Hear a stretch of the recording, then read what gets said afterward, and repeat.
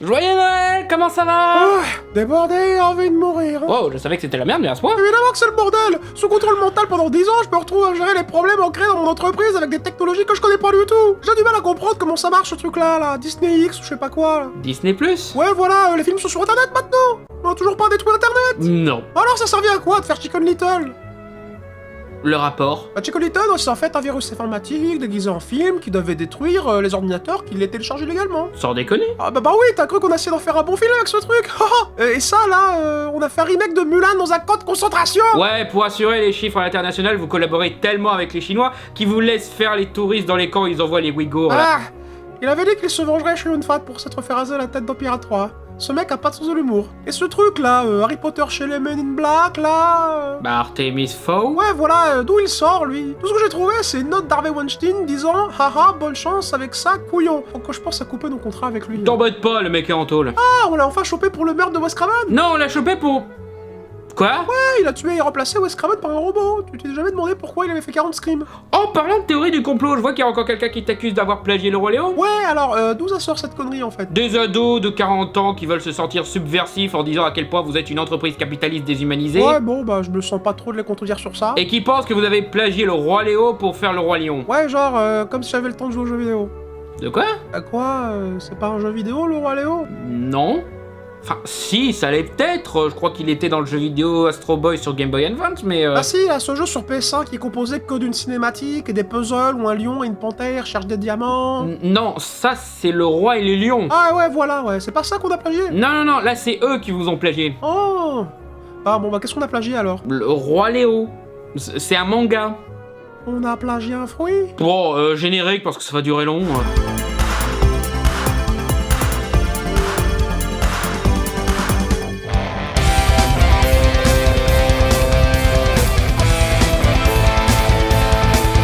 J'ai beau avoir critiqué la politique de Disney à maintes reprises, que ce soit leur plateforme de streaming, leur bidouillage du copyright, leur quête pour la suprématie du cinéma, leur autocensure ou censure déguisée, leur exploitation de la nostalgie... Par contre, très mal poli de dire ça en face de moi, hein. Tu peux rentrer chez toi et me laisser me noyer dans le bordel dans lequel l'autre connard m'a foutu? Oh, oui, excuse, je vais y aller, ouais. Ça m'emmerde à moi parce que, voilà, j'ai pas prévu le bureau et tout, j'espérais le faire ailleurs pour changer. Oh, tant pis, qu'est-ce que je vais mettre dans le bureau cette fois?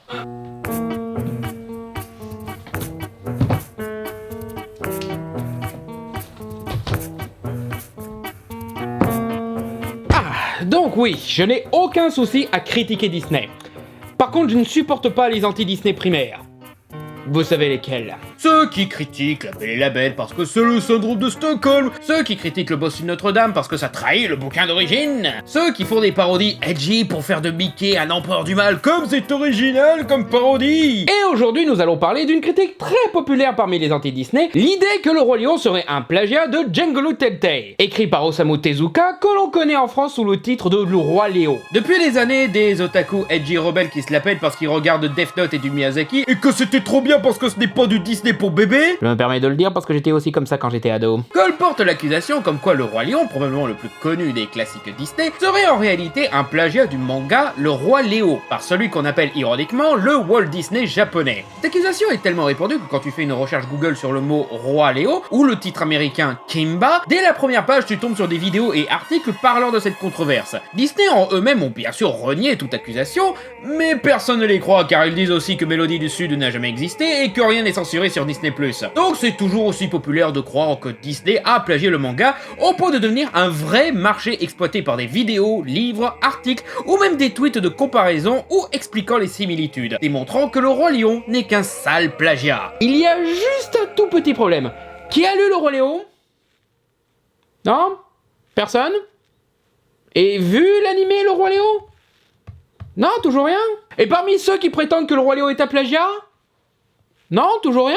C'est un peu bête ça. Bon après, oui, moi non plus je n'ai pas lu le Roi Léo. Mais... Eh Hermite, toi qui as lu tous les mangas du monde... Oh, tout lu, bof. Hein. Est-ce que tu as lu le Roi Léo? Il y a longtemps, mais ouais. Et donc? Bah, il y a des lions. Et puis le lion, il a un papa. Et puis c'est putain de tout, il y a rien d'autre à voir avec le Roi Léo. Ok, merci, bye. Même pas, il me souhaite joyeux Noël celui-là, là, mais quel en pas fait, putain.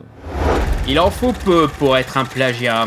Le Roi Lion n'a pas plagié le Roi Léo. Ouais, désolé de casser votre découverte les gens, mais la supercherie est tombée après toutes ces années. Adam, de la chaîne YouTube américaine Your Movie Sucks, a lu le manga et vu tous les animés en préparation d'une critique sur le remake du Roi Lion. Et dans le procédé, il a compris que non, il n'y a aucun rapport entre les deux. À part que ça parle d'un lion en Afrique. D'ailleurs, je vous conseille à moitié sa vidéo. Bon, non, parce qu'elle fait un petit peu 2 heures, et il a la vilaine tendance à un petit peu répéter la même chose quelquefois. C'est très complet, mais au bout d'un moment, t'as compris quoi. Je vais un petit peu résumer ce qu'il a démontré dans sa vidéo, mais si vous voulez plus de détails, féchissez. Déjà, il faut savoir que la production du Roi Lion est très documentée, autant par des sources officielles que par des sources plus indépendantes, risquant moins de participer à une aseptisation révisionniste de Disney. Et l'équipe du film admettent qu'ils ont piqué 2-3 trucs pour faire le Roi Lion. Déjà, l'idée de départ vient d'Eisner, qui avait beaucoup apprécié son voyage en Afrique, et voulait qu'on fasse un film là-dessus. Problème de riche. Ensuite, l'aspiration la plus importante fut Bambi, l'histoire d'animaux sur un jeune enfant qui vient de naître, découvre la vie et les merveilles de la nature, assiste au moment traumatisant où il perd un parent, reprend les responsabilités de roi qui lui a été transmis par son père, grandit, trouve l'amour, sauve son royaume lors d'un final dans les flammes, et finit sur le cycle de la vie qui continue avec l'enfant de notre héros qui vient au monde. Puis on a Hamlet, ou plus exactement l'œuvre de Shakespeare en général, parce que l'équipe de production parle surtout d'Hamlet, surnommant même le film durant sa production Bamblet, mais on peut trouver différents éléments venant d'autres pièces du barde. Bien sûr, l'oncle méchant qui a tué le père pour devenir roi à sa place, le héros découvre le spectre de son père qui l'inspire à détrôner et tuer l'oncle, et t'as Scar qui joue avec un crâne à un moment. Mais on peut aussi y trouver du Henri IV, surtout l'histoire du jeune héritier qui passe beaucoup de temps à s'amuser avec le pape-up, mais les responsabilités l'appellent et lui disent de laisser tomber les heures nostalgiques de l'insouciance. T'as du Richard III qui a extrêmement inspiré Scar dans son complot de tuer tous les membres de la famille royale pour être le seul héritier légitime, et aussi du Othello avec son antagoniste Iago le manipulateur qui ne pense pas avoir la place qu'il mérite. On peut aussi y voir une inspiration à la Bible, je veux dire, l'histoire de Simba est assez proche de l'histoire de Moïse après tout. En notre histoire ayant inspiré le Roi Lion, t'as aussi des légendes africaines. Oh waouh, ils ont mis des inspirations africaines dans ce film qui se passe en Afrique? Mais qu'est-ce que c'est que ce délire? Sundiata Keita, empereur du Mali de 1235 à 1255, dont l'épopée a des similitudes intéressantes avec le Roi Lion. Un jeune prince qui, durant son enfance, était victime d'horribles rumeurs par des gens voulant s'emparer du trône, comprenant un membre de sa famille dominé par sa jalousie, mais une fois adulte et exilé, il apprend des leçons qui lui permettent de reprendre son royaume et lui redonner sa splendeur. Ou le fait que le nom de cet empereur veut dire le lion de Sogolon, ou qu'une fois couronné, il était baptisé le roi lion du Mali. Et si tu veux tirer ça encore plus loin, le film est aussi inspiré des histoires et des déboires du studio lui-même. Certains animateurs s'amusent à dire qu'ils ont fait un film sur leur propre histoire. Et ouais, il y a un peu de ça, l'histoire de ces gens qui ne savent plus quoi faire après la mort de leur père, qui se font manipuler par des gens avides de pouvoir, qui veulent le trône pour eux, amenant à un règne catastrophique et corrompu, qui sera vaincu, permettant au royaume de reprendre sa splendeur. Plus de détails dans la très bonne vidéo de Monsieur Bobine sur le sujet. Voilà, tout est parfaitement lié et clair. Ah merde, je t'avais presque oublié, toi. Où est-ce que je vais le mettre, lui, maintenant? Ouais, dans ce milieu de références assumées et sourcées, il n'y a plus vraiment la place pour le Roi Léo dans tout ça. Tout ce qui reste comme influence possible, c'est... bah ça se passe en Afrique, et c'est un lion qui parle, qui peut venir des autres influences, encore une fois. Il y a un copyright sur le Roi Léo, mais pas sur le concept d'animaux qui parlent sur le continent africain. Nestlé essaye, mais bon... Beaucoup essayent de pointer du doigt les similitudes entre les deux, mais non seulement elles ont d'autres explications, comme démontré tout à l'heure, mais en plus, ça s'arrête à l'apparence. En termes d'histoire, ces images racontent tout autre chose. L'image du roi sur le rocher, dans le manga c'est juste un rocher à la con qui était sur le chemin. Ce n'est pas l'équivalent du trône comme dans le Roi Lion. L'œuf à cochère, juste un personnage présent que pour un seul épisode de l'anime de 1965, même pas le manga, et il n'a rien à voir avec Pumba. Il est pas idiot, il ne pète pas, il ne mange pas d'insectes. C'est même un personnage triste parce qu'il est tout le temps rejeté parce qu'il est pas beau. Mais Léo l'aide à retrouver l'estime de soi et on le revoit plus après. Le méchant lion avec une cicatrice sur l'œil, juste un connard Rosef pour quelques épisodes à qui on a donné une cicatrice, car c'est un code classique et très utilisé pour facilement identifier un méchant. Ce qui est un petit peu salaud quand on y pense. Je veux dire, le mec qui a un accident au travail ou qui s'est loupé avec son couteau à beurre, boum, voilà, t'as une cicatrice, t'es méchant. J'étais en pause, je cassais une graine et tac, le couteau qui rip. C'est ni le méchant principal, ni son oncle, ni le tueur du père du héros, il n'a même pas le côté efféminé et intellectuel qui rend Scar si fun. Non, bizarrement, il est plus proche du Scar du remake pourri de Jon Favreau en fait. Et non, je ne pense pas que Jon Favreau ait plagié le Roi Léo non plus. Il est juste nul pour écrire des méchants. Il avait fait le même traitement de merde pour Shere Khan dans son autre remake pourri. Et pour l'anecdote, le méchant du Roi Lion est passé sous différentes étapes d'élaboration, au point que dans une précédente version, c'était un babouin. Il n'y a pas de méchant babouin dans le Roi Léo. Il y a un babouin, certes, mais c'est ni un méchant, ni un sage mentor excentrique comme Rafiki, comme certains le prétendent. Ou même le nom américain du personnage, Kimba, qu'on répète trop souvent comme si c'était un truc incroyable qui ressemble beaucoup au nom du héros du Roi Lion Simba. The names, of course, of the lion, leading lion cubs are the same, Simba and Kimba. Kimba rhymes with Simba. Of course, the names are quite similar, Simba and Kimba. Kimba, Simba? Suspicious. Tu dois venger ma mort, Kimba. Pardon, Simba. Simba est le mot swahili pour lion. C'est pour ça qu'il s'appelle Simba. Parce que c'est un lion.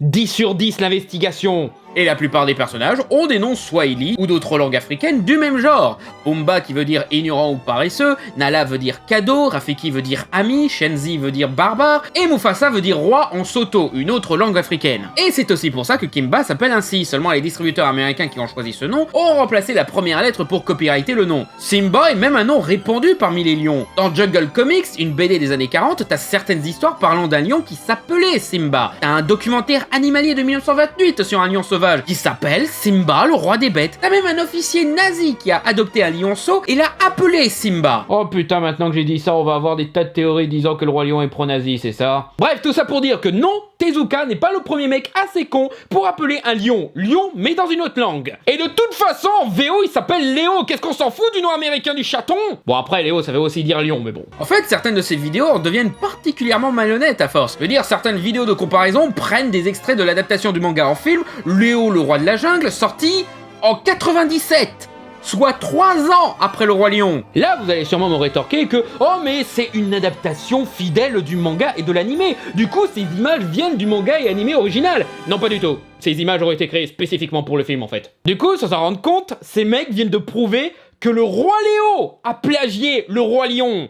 What a twist! Ces comparaisons comptent sur le fait que personne ne connaît le manga ou l'animé pour faire croire que ces deux choses sont identiques. C'est de la manipulation. Même l'image du fantôme de Mufasa qui est comparée à cette image du manga, ce gros nuage n'est pas le fantôme du père de Léo, ni même un fantôme en fait. Non, c'est une image symbolique à la fin de l'histoire du manga sur, spoiler timecode ici, spoiler timecode ici, spoiler timecode ici, la mort émouvante de Léo. Ah oui, Léo meurt dans le manga. Il meurt pour sauver la vie de son ami humain et sa dépouille est remise à son fils.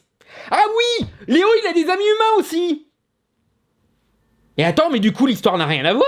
Et justement, parlons-en plus directement de l'histoire du Roi Léo. Parce qu'à force de dire que c'est comme le Roi Lion, on pourrait croire que c'est la même histoire. Mais non, pas du tout. C'est l'histoire d'un lion blanc qui se fait tuer par des colonialistes alors qu'il attaquait un village de blackface qui menaçait son royaume. Parce que c'est un manga japonais des années 50 qui se passe en Afrique. Évidemment qu'on aurait des blackface. De toute façon, Tezuka s'est beaucoup amélioré par la suite dans sa façon de dessiner les noirs. Il capture sa compagne, qu'ils emmènent dans leur pays, et durant le voyage, elle accouche de notre héros, Léo. Ouais, Léo vient au monde en cage.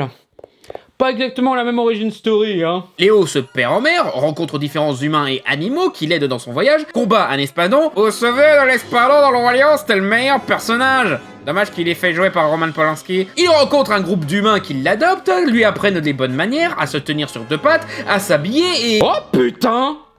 C'est Babar! Non, sérieusement, c'est Babar cette histoire! L'animal africain se retrouve dans la civilisation occidentale, il tombe sur un humain vieux et sage qui lui apprend toutes les connaissances dont il a besoin, et quand il rentre dans son pays, c'est pour devenir roi et appliquer à ses semblables ce qu'il a appris! T'as même la glorification du colonialisme, probablement accidentelle, due aux acquis de la société de l'époque! C'est ce putain de Babar! Et comme Babar est plus vieux de 30 ans, officiel! Tezuka a plagié Babar! Non, je déconne, en fait j'en sais rien. Si ça se trouve là aussi, c'est des coïncidences. Le problème des comparaisons entre le Roi Lion et du Roi Léo, c'est qu'ils comparent des clichés narratifs et codes visuels classiques déjà surutilisés dans la fiction, voire même universelle. C'est juste bien tombé. C'est comme Indiana Jones et Tintin. À l'époque du premier film, beaucoup de critiques français reprochaient à Spielberg de plagier Tintin. Ce à quoi Spielberg a répondu « C'est quoi Tintin ?» Et du coup, il a découvert Tintin, a beaucoup aimé, en a fait une adaptation 30 ans plus tard, et même s'en est directement inspiré pour faire le deuxième film Indiana Jones. Le truc, c'est qu'au bout d'un moment, on a raconté toutes les histoires possibles, on a exploré tous les concepts, donc forcément, on va trouver des similitudes entre tout et n'importe quoi. La quête de l'originalité est absurde, car au final, ça fait des siècles qu'on raconte les mêmes histoires, juste de manière différente. Non, et puis aussi, pourquoi ce serait forcément le Roi Lion le fautif dans l'histoire? Après tout, Tezuka aussi s'est inspiré d'autres fictions pour faire son manga. Il a toujours reconnu s'être inspiré de Disney, justement. Ces gros yeux expressifs qui deviendront une marque spécifique du manga et de l'animation japonaise. C'est Disney qui lui a inspiré ça. Et pour le Roi Léo, il a toujours admis s'être inspiré de Bambi, entre autres, qui est aussi une des inspirations du Roi Lion, pour rappel. Donc finalement, les similitudes sont plus dues à des bases partagées et des idées communes plus qu'à l'un à copier directement l'autre. C'est pareil pour les animaux choisis. Regardez, un des dessins de préparation du Roi Lion avec un lion blanc, blanc comme Léo, preuve qu'il plagie le Roi Léo. Ou ils ont eu l'idée d'en faire un lion blanc parce que les lions blancs c'est une espèce certes rare mais qui existe réellement et que ça attire l'œil des artistes. Peut-être, non? Au bout d'un moment, les similitudes, elles sont pas juste dues au fait que ce sont deux œuvres sur des animaux africains. Je veux dire, c'est un concept qui a pas énormément de possibilités, l'histoire d'un lion dans la savane. Forcément, il y a un moment où ça va se ressembler, hein. Tu peux pas faire un truc totalement différent non plus. Et avec tous les animés, mangas et films auxquels Léo a eu droit, bah, il a un petit peu exploré toutes les possibilités. Donc forcément, il y a des trucs qui vont ressembler au Roi Lion. Donc évidemment qu'on va avoir des décors ressemblants, c'est la savane. Évidemment qu'on va retrouver les mêmes animaux, c'est la savane. Évidemment que c'est un gâteau marbré au chocolat, c'est la savane. Évidemment que le personnage principal qui est lion est le roi. Parce que dans l'inconscient collectif, le lion a toujours été associé à la royauté. C'est le roi de la jungle. Donc maintenant qu'on a écarté le factuel, explorons un petit peu la motivation derrière. Qu'est-ce qui motive autant de mauvaise foi et de manipulation pour faire croire à un plagiat?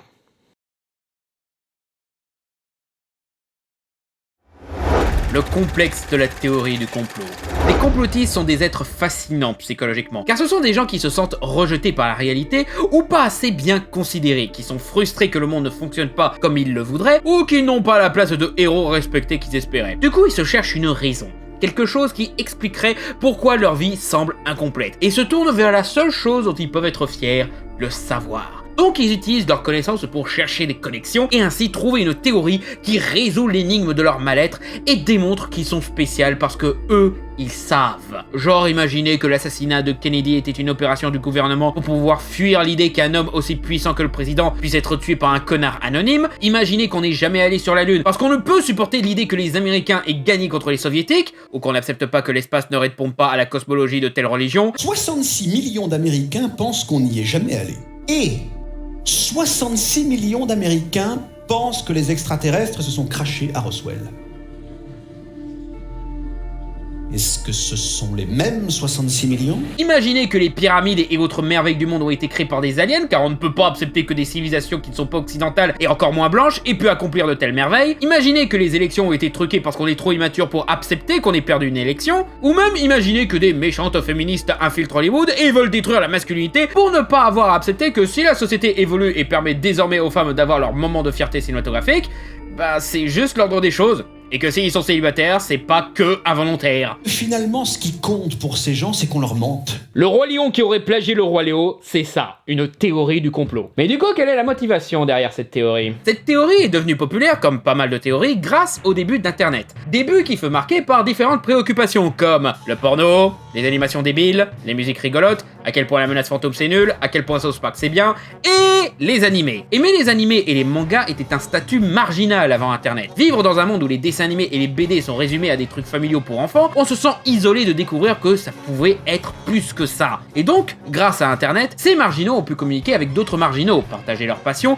constater qu'ils n'étaient pas si marginaux que ça, et aussi à se plaindre que c'est nul que l'Occident ne comprenne pas à quel point c'est cool les animés. Et pour se plaindre que les animés restent dans l'ombre, il n'y a pas meilleur adversaire que Disney, la grande corporation américaine qui représente un modèle dans l'animation que les autres films du même médium sont obligés de suivre pour survivre. Donc si en plus on a un moyen de prouver que Disney exploite sans que les gens le sachent les mangas et les animés pour les maintenir dans l'ombre, mais attends, Roi Lion, Roi Léo, et boum, théorie du complot qui justifie pourquoi les gens s'intéressent pas aux mangas, c'est de la faute de Disney. Tout ce qui est sur Internet est vrai. Et ces motivations, je les comprends. Moi aussi, j'ai vécu à une époque où les mangas et les animés étaient limités à Pokémon. Moi aussi, j'étais frustré que mes proches ne voyaient pas l'intérêt de ces trucs. Et je comprends que c'est rassurant de pouvoir blâmer ce problème compliqué à une personne spécifique. Je veux dire, c'est même pour ça que j'ai fait le gag avec les Skrulls, moi. C'est juste amusant de se dire que tous les problèmes du monde sont liés qu'à une seule entité. Que ce soit les Skrulls, les reptiliens, les Illuminati ou Disney. Sauf que, comme toute théorie du complot, cette théorie a de nombreuses failles. Numéro 1,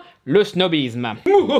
J'ai découvert le secret sur le Roi Lion, donc je suis supérieur à toi sur tous les points, parce que j'ai lu et vu des trucs que personne ne connaît. Qu'est-ce que tu fous? Quoi? Je ne fais que montrer ma supériorité parce que je connais des trucs que personne ne connaît. T'es pas censé exister, t'es même pas un personnage dans cette émission. T'es juste un costume d'Halloween pourri que j'ai improvisé il y a quelques épisodes.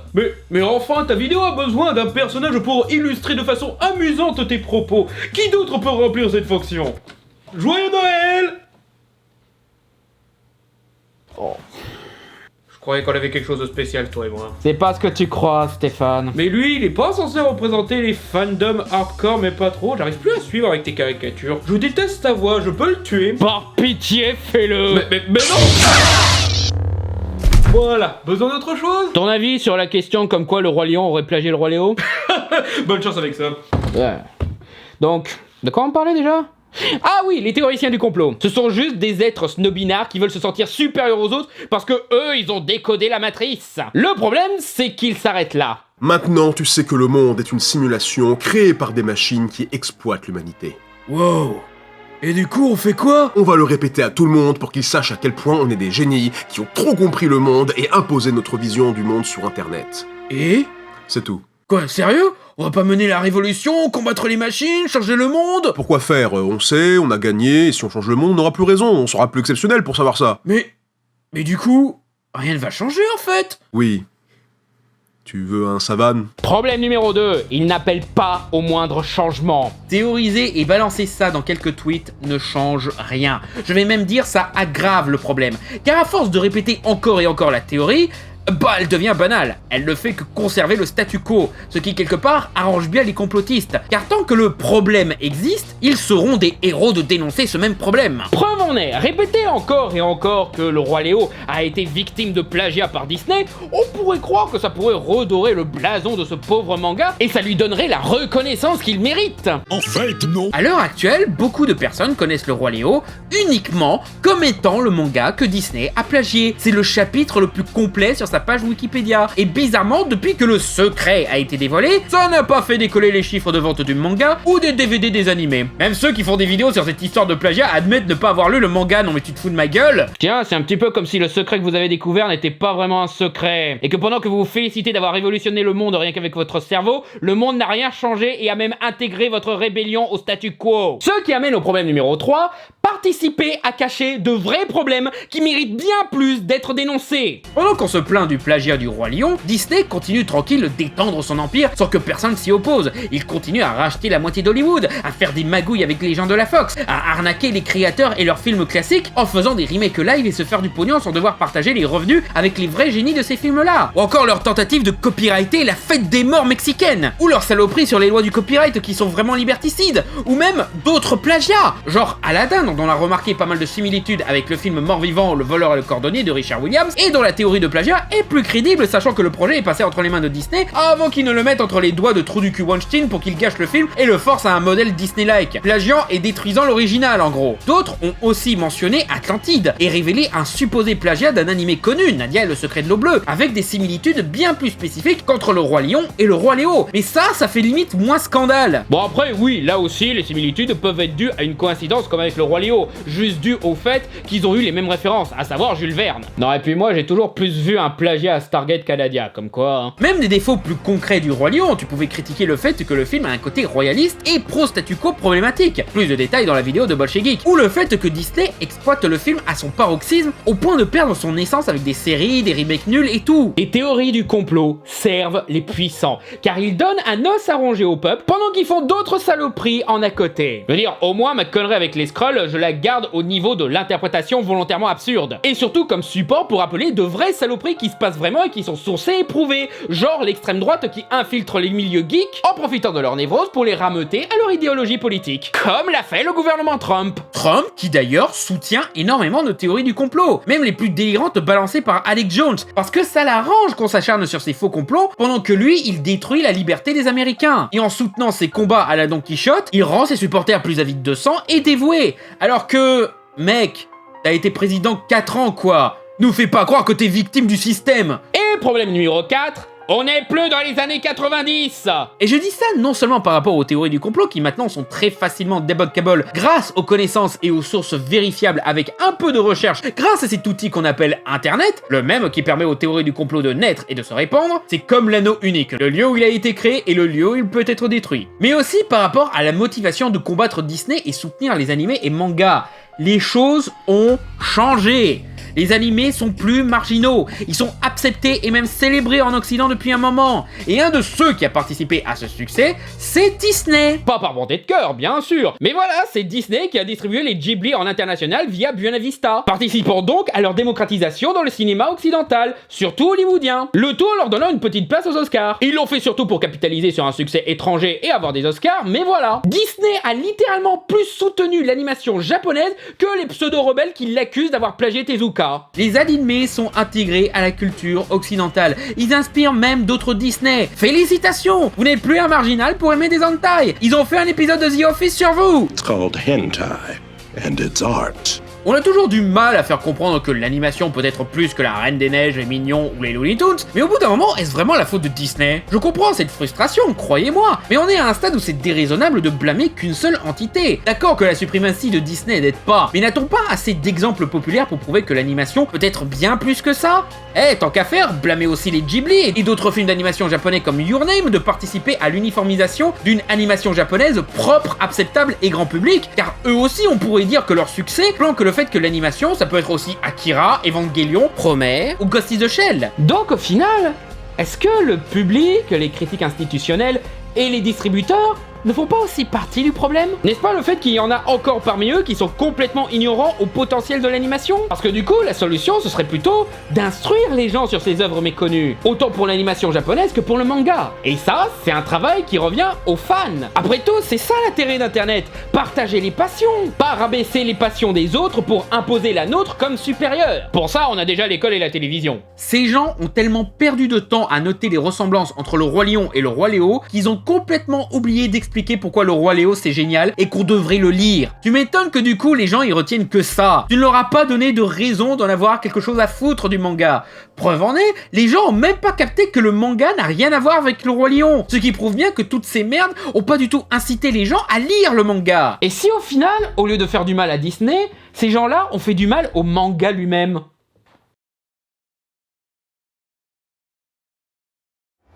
Inspiration et plagiat, une différence aléatoire. Donc comme je l'ai démontré, le Roi Lion a copié bien d'autres œuvres que le Roi Léo. Mais la formulation est intéressante, vous trouvez pas? Pourquoi pour les autres œuvres reprises on appelle ça de l'inspiration, mais quand c'est le Roi Léo c'est du plagiat? Genre pourquoi on ne dit pas que le Roi Lion a plagié Hamlet par exemple, ou plagié Bambi? Certains vont probablement me répondre que c'est qu'une question de droit. Bonne réponse. C'est vrai que les œuvres de William Shakespeare, c'est du domaine public, et Bambi, c'est un truc qui leur appartient déjà, donc... Là où le Roi Léo, c'est la propriété de quelqu'un d'autre. Et même en général, genre Star Wars, qui est un melting pot de références et d'inspirations diverses, qui n'est pas si loin que ça de comment le Roi Lion a été créé. Flash Gordon, par exemple. C'est connu que Lucas a fait Star Wars en partie parce qu'il n'a pas eu les droits de Flash Gordon. Un argument qu'on retrouve aussi dans la théorie du plagiat du Roi Lion. Mais il pique aussi à des œuvres japonaises qui ne sont pas connues du grand public, comme le cinéma d'Akira Kurosawa. Pourquoi ne pas dire que Star Wars a plagié La Forteresse Cachée? Probablement parce que c'est plus difficile de faire une carte titre ou une page d'article qui attire l'œil autant que pour le Roi Lion, parce que ce que Lucas se reprend est plus subtil que il y a un lion là aussi. Ou alors, ne serait-ce pas la noblesse de l'art? Dire qu'on reprend du Shakespeare, c'est presque un compliment. Ah, tu as la culture et le bon goût d'aimer ça et vouloir faire comme lui. C'est ça aussi pour des films dits inspirés de Kubrick ou inspirés de Miyazaki. Là, y a pas de souci pour emprunter des idées, parce que c'est tellement bien et accepté par les hautes sphères des cinéphiles snobs au bon goût suprême que on aime que tout soit comme tel film. Même quand Tezuka a fait son manga Metropolis, je trouve pas de vieux articles de presse parlant d'un honteux plagiat du film de Fritz Lang dont le copyright était toujours d'actualité à l'époque. Il n'a jamais caché en plus qu'il s'était inspiré d'une image du film du même nom pour faire son manga, qui finalement fait son propre truc indépendamment du film ou même du roman. À part le titre et l'histoire d'un robot conscient dans une ville futuriste, il y a zéro ressemblance entre les deux, comme le Roi Lion en fait. Du coup... c'est pas un peu insultant de dire que le Roi Lion plagie le Roi Léo? On n'est pas en train de dire par là que le Roi Léo n'est pas une œuvre noble? Que ce n'est pas bien de s'en inspirer? C'est pas comme si on aidait le manga à s'anoblir en dénonçant le soi-disant plagiat. Encore une fois, on le retient surtout pour être victime de plagiat. Pas des drôles, mignons, dessinés avec un style rond et vivace typique de Tezuka, ou même le fait qu'on reconnaisse les chara-design de ses autres créations. Non, on retient que le fait que c'est une œuvre plagiée par un film populaire, laissant ainsi le Roi Léo un statut de sous-culture dont les qualités propres sont indiscutées, sauf par des mangafés le confirmer, bien sûr. Certains vont sûrement répondre que c'est justement le fait que l'œuvre est méconnue et qu'elle est considérée comme une sous-culture qui rend le supposé plagiat encore plus rabaissant. Et oui, les plagiats, c'est vraiment grave quand on vole un peu le succès et la notoriété que l'œuvre plagiée aurait pu connaître. C'est justement ça qui fait du plagiat une faute d'ordre moral, civil ou commercial. C'est pour ça que des histoires de plagiat peuvent partir en tribunal, parce qu'on vole de l'argent ou de la notoriété. Et ouais, on peut imaginer que les Japonais l'ont sûrement en travers de la gorge, que les Américains leur piquent des idées et fait de l'ombre à leurs œuvres. Donc faut penser aux Japonais qui se sentent trahis par Disney. Sauf qu'il y a un problème. Les Japonais s'en foutent en vrai. Parce que les Japonais, eux, ils ont lu le manga. Donc du coup, ils savent que le Roi Lion n'a rien à voir. C'est marrant, ces gens qui prétendent savoir ce que les Japonais pensent de tel projet, alors que les Japonais sont les premiers à s'en foutre. Parce que oui, parmi tous ceux qui soutiennent cette théorie du complot, aucun n'est japonais. C'était pareil pour le problème de whitewashing concernant les adaptations américaines de Death Note et Ghost in the Shell. Les Japonais en eux-mêmes s'en foutent, parce que eux, dans leurs films, ils choisissent tout le temps des Japonais, même quand le personnage n'a rien à voir. Bon après, la représentation reste importante pour les occidentaux d'ethnie asiatique, bien sûr. C'est surtout pour eux qu'il faut faire attention à ce genre de choses. Mais ce n'est pas une raison de mentir sur la sensibilité d'un pays, dont les opinions et comportements ne sont pas du tout pareils que chez nous, et ne sont probablement pas aussi unanimes qu'on aimerait le croire pour arranger nos propos. Il y a peut-être des Japonais à qui ça gêne, bien sûr, mais on n'a pas une majorité écrasante ou un scandale national. On est très loin d'un scandale comme Mulan pour les Chinois. Que ce soit le remake ou l'original en fait. Surtout le remake qui a été fait exprès pour eux. Comme quoi, hein. C'est ça la différence entre quelqu'un qui veut comprendre un vrai problème social et ceux qui veulent juste une raison de critiquer un film et passer pour un chevalier blanc. L'un écoute les concernés, l'autre invente ce qu'il veut entendre. Même les ayants droit du manga n'ont pas vu l'intérêt de porter plainte pour plagiat. Sûrement parce qu'en voyant le Roi Lion, ils se disent « Attends, mais ils sont où les scientifiques qui font des manipulations sur les animaux? Et les braconniers? Et les tigres avec des ailes? Et les tanks? Et les hélicoptères? Et Paris? Et Léo qui prend la peau de son père pour se faire passer pour lui? Attends quoi? Et au final, Disney qui veut plagier une bonne histoire et piquer son succès, il décide de voler un des mangas les plus appréciés du Japon? Je veux dire, il serait pas un peu con? Bon, oui, ils le sont, mais à ce point? Généralement, un très gros studio qui a des gros moyens peut se permettre d'acheter une propriété intellectuelle ou de se vanter de créer ses propres franchises, ce qui rend le risque de plagiat non seulement suicidaire niveau réputation, mais aussi illogique d'un point de vue marketing et business. D'ailleurs, les complotistes expliquent que, à l'origine, Disney voulait acheter les droits pour le Roi Léo, mais les ont pas eu et ont quand même fait leur film. Source, crois-moi frère, j'ai entendu ça quelque part. Vu les gros moyens que nécessite un film, c'est très difficile de mobiliser autant d'artistes, de professionnels et d'efforts pour un vulgaire plagiat. Le plagiat est plus efficace et destructeur dans des productions plus individuelles, genre un livre, une BD, une vidéo YouTube. C'est pour ça qu'on avait l'habitude il y a un moment qu'à chaque gros blockbuster, un petit auteur pas connu annonce qu'il porte plainte pour plagiat contre tel film populaire. Il y a tellement plus de livres par des auteurs dispersés qui sortent que de gros blockbusters hollywoodiens que statistiquement il y aura forcément un bouquin qui ressemblera un peu trop à un scénario de film populaire. De l'autre côté, quand un auteur indépendant fait chourer ses idées par un autre plus populaire, c'est plus chiant car le vol y est plus facile. Un livre, tu reprends un paragraphe en changeant 2-3 mots ou un élément narratif, boum.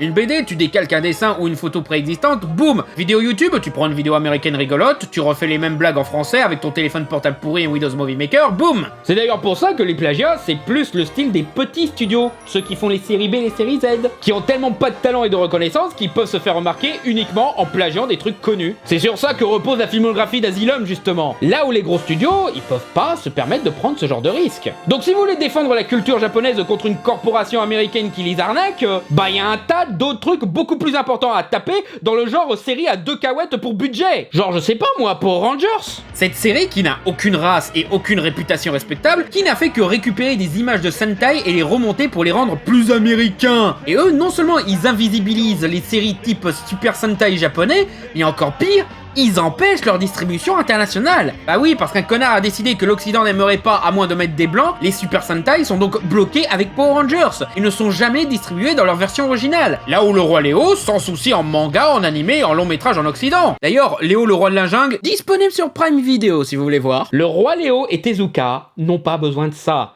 Ils ont connu le succès. C'est juste que le Roi Léo est pas très connu en Occident. C'est dommage, oui, mais c'est pas de la faute à Disney. Au Japon, par contre, c'est toujours une icône glorifiée, on fait toujours des trucs sur lui malgré qu'il date des années 50, il est même dans des jeux vidéo, bordel. Même les autres mangas de Tezuka, rien qu'Astro Boy qui est toujours une figure emblématique de l'animation japonaise et dont la popularité ne se limite pas qu'au Japon. J'ai des mitraillettes dans les fesses. Ou son Metropolis qui a eu droit à une adaptation sur grand écran en 2001 et qui fut très bien accueillie en Occident. C'est pour ça que les héritiers de Tezuka n'ont pas porté plainte contre Disney.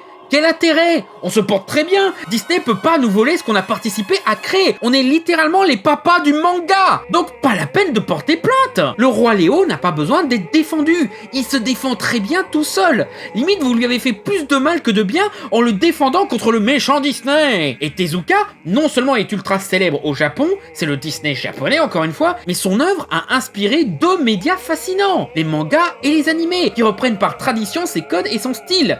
Médias qui ont atteint nos contrées, qui ont un immense succès chez nous, et qui a inspiré nos créateurs de chez nous. Comme... Disney pour l'animation occidentale, justement. Et justement, l'autre raison pour laquelle ils n'ont pas besoin de porter plainte contre Disney, c'est justement ne pas être comme Disney, à savoir la partie entreprise déshumanisante. Disney est très accroché à ses droits d'auteur, au point de changer les lois américaines pour pouvoir se faire un max de thunes sur leur propriété. Et ces droits d'auteur, ils ont utilisé pour porter plainte contre d'autres films, notamment les nombreux plagiats de Disney direct en vidéo qu'on a tous connus et que Disney a vu comme une menace pour leurs chiffres sur le marché de la cassette vidéo. Mais Disney utilise le copyright pour des trucs plus salauds, genre empêcher à un père de déposer une figurine sur la tombe de son fils qui était fan de Spider-Man parce que l'image de l'homme araignée leur appartient. Un truc affreusement cruel qui montre que... Putain, le copyright, c'est le mal. Mais aussi, Disney a déposé une mise en demeure à un cinéma qui diffusait le film Le Roi Léo de 97. Quoi? Ouais, Disney a fait ça. Et oui, c'est parce qu'ils estimaient que le film plagiait leur film. Et le pire, c'est qu'ils étaient techniquement dans leurs droits, car encore une fois, les vidéos de comparaison ont prouvé sans s'en rendre compte que le film Roi Léo de 97 a plus probablement emprunté ses séquences sur le Roi Lion. Vous trouvez ça salaud de la part de Disney? C'est le cas, oui, c'est totalement le cas. Surtout pour le cinéma qui diffusait le film, quoi. C'est pas cool, il y est pour rien, lui. Encore une fois, c'est le vice des théories du complot. À force de se focaliser sur de faux problèmes, on laisse passer de vrais problèmes bien pires. Non, parce que recopier un manga à succès, finalement, c'est moins salopard que d'utiliser le copyright comme une brute d'école pour abaisser d'autres films. Retenez bien que mon intention n'est pas du tout de couvrir Disney. Si vous l'avez cru, bienvenue dans Fermez-la, ça doit être la 10e vidéo où je dénonce les saloperies de la compagnie aux grandes oreilles. Tout ça pour dire que Disney ne devrait pas abuser de son copyright de la sorte.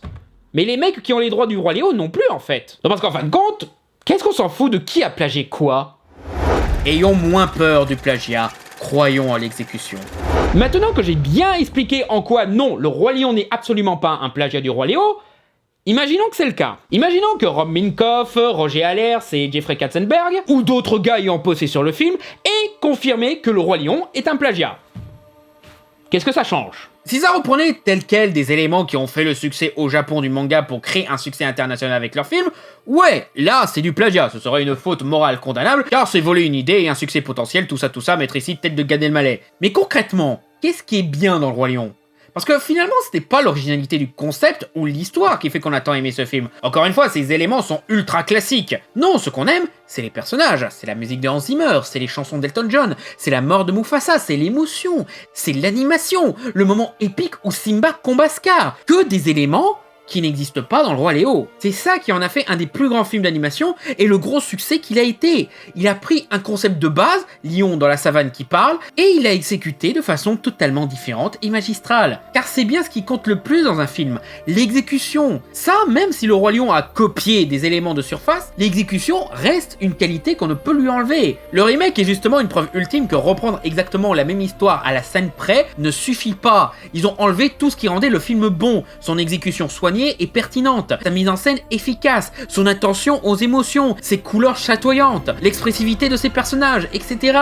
Et ça, ce n'est pas le Roi Léo, ce n'est pas Tezuka, c'est juste le savoir-faire d'une équipe talentueuse, pas juste les réalisateurs et scénaristes, mais aussi les animateurs, Andrea Deja, Tony Bancroft, Ruben Aquino, James Baxter, Ellen Woodbury, les artistes qui ont bossé sur les décors, l'image de synthèse, le compositing, le sound design, le mec qui a eu l'idée de mettre un faux effet de flou dans cette scène, et tous les autres. On parle depuis tout à l'heure de plagiat et de Disney, donc parlons de d'autres exemples de supposés plagiats. Mille et une pattes, et Fourmise. On est sûr de sûr que l'un est basé sur l'autre, mais certains débattent encore. Moi je pense plus à Fourmise, car DreamWorks ayant été confondé par un Jeffrey Katzenberg qui avait mal au cul de ne pas avoir eu sa promotion chez Disney, ça collerait avec son envie de défoncer Disney qui a défini pas mal des premiers films de la compagnie. Mais au final, on s'en fout, non? Les deux films sont très bons, ils ont des points communs, mais au final ils racontent tous les deux leur histoire de façon très différente. Un autre style, une autre direction, d'autres thèmes, d'autres esthétiques, et ils ont tous les deux leurs qualités propres. Limite c'est plus intéressant de comparer leurs différences plus que leurs ressemblances, et ça détermine mieux lequel on va préférer. En autre exemple, le monde de Nemo et Gang de requins. Encore une fois, clair et net que Gang de requins a pompé le monde de Nemo, on a tous fait la blague. Même si en vrai, soyons de bonne foi, il y a autant de ressemblances entre les deux qu'entre le Roi Lion et le Roi Léo. C'est juste que tu sens quand même qu'il y avait une intention de faire comme Pixar dans ce film. Mais au final,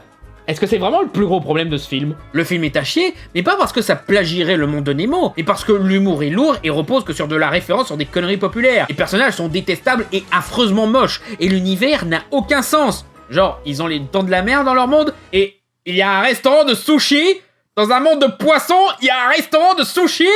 Mais c'est quoi ce truc à la Soulitone là? Quelle banque a financé ça? Allons encore plus loin, les films d'Ego Pictures qui sont majoritairement, sans aucun doute ni équivoque, des plagiats de Disney. Regardez-moi ça, et osez me dire que le plus gros problème de ces films est qu'ils plagient un film déjà existant. Le fait d'avoir plagié ou copié un autre film, finalement, ce n'est pas une critique très pertinente. Moi je le fais quelquefois, mais plus pour dénoncer une intention malhonnête de surfer sur un succès, et critiquer le fait qu'ils ont copié sans comprendre qu'est-ce qui marchait si bien dans ce qu'ils copient. C'est peut-être une critique d'un manque d'inspiration scénaristique, oui, genre Eragon, très souvent critiqué pour n'être qu'une copie de Star Wars dans un univers d'heroic fantasy. Mais pareil, c'est plus l'exécution moins soignée et inventive que Star Wars qui est critiquable. Copier Star Wars c'est une chose, le fait que t'as même pas pu en faire un bon film en est une autre. Plagier Star Wars n'est que le symptôme d'un plus gros problème qui rend ce film mauvais, qu'il est écrit en mode automatique et enchaîne les clichés sans réelle passion ou inventivité. Il y a aussi ce film avec Liam Neeson que tout le monde a oublié qui s'appelle Night Run. Quand j'ai vu ce film au cinéma, il y avait un truc qui m'avait sauté aux yeux mais que j'ai pas l'impression que les autres critiques ont remarqué,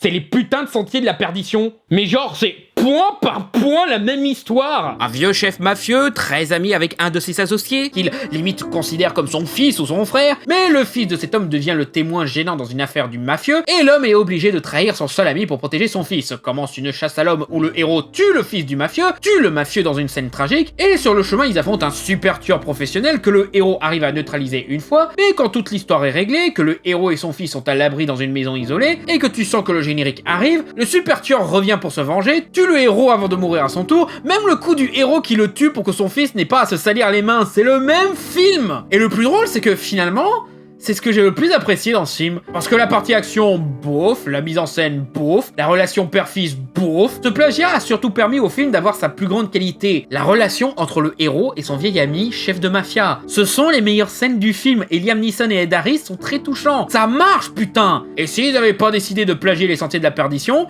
fort probable que ce film, qui n'a aucune autre ambition que d'être un sous-Tekken, n'aurait même pas eu ça. Pour le coup, ils ont bien fait de plagier. Je vais même dire, il y a même des fois où un plagiat peut juste être une alternative intéressante à un même concept. Genre, vous vous souvenez, quand Kick-Ass est sorti, on a eu un tas de films qui reprenaient le concept de super-héros crapoteux un peu ratés, comme Super, Defender, ou même Green Hornet, qui, malgré que c'est officiellement une adaptation du célèbre Frelon Vert, et particulièrement de la série culte avec Bruce Lee dans un de ses premiers rôles, qui malgré tout voulait clairement être une sorte de Kick-Ass hybride. Et c'est justement leur concept proche qui rend ces films intéressants. Comment une idée simple peut explorer en quoi un loser peut être un héros. En quoi la figure du héros devient juste une excuse pour un frustré de se venger contre la vie. Des expérimentations de mise en scène dans ce mélange de réalisme et de pur pop art, ou encore comment la pop culture peut inspirer des gens paumés en quête de raison de leur existence. D'ailleurs, dans la catégorie des films de super-héros un petit peu loser, eh ben je conseille le film italien On l'appelle Jack Robot, et le film coréen Psychokinésique par le même réalisateur que Le Dernier Train pour Busan. Non, et puis les super-héros italiens et coréens, on voit pas ça tous les jours, hein. Parce que c'est ça qu'on devrait faire. Au lieu de dire plagiat parce que point pareil, et si on étudiait ce que ces copies apportent de différent, et montrer pourquoi ces œuvres inspirent tant d'autres artistes. Je l'ai déjà dit et on le redira jamais assez, on a exploré toutes les histoires possibles. Ça n'existe plus les idées originales. Chaque concept a déjà été exploré une centaine de fois par le passé.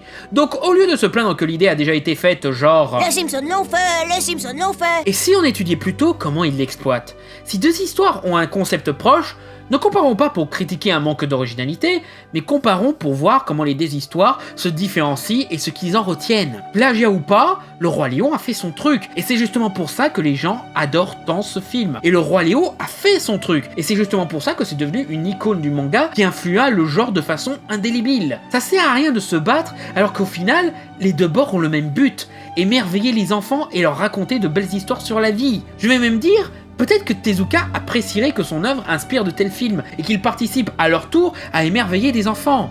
Quelque part, c'est ça le cycle de la vie. Je sais que 2020 n'a été une année facile pour personne. Et c'est justement pour ça qu'on devrait prendre plus soin de nous-mêmes et de nos proches, faire le tri des combats inutiles pour retenir les bonnes choses de ce monde et les combats qui valent vraiment le coup. Joyeux Noël à tous, passez du bon temps devant un bon film d'animation américain, japonais, français ou d'autres pays, et espérons que l'année prochaine sera moins pourrie que celle-là.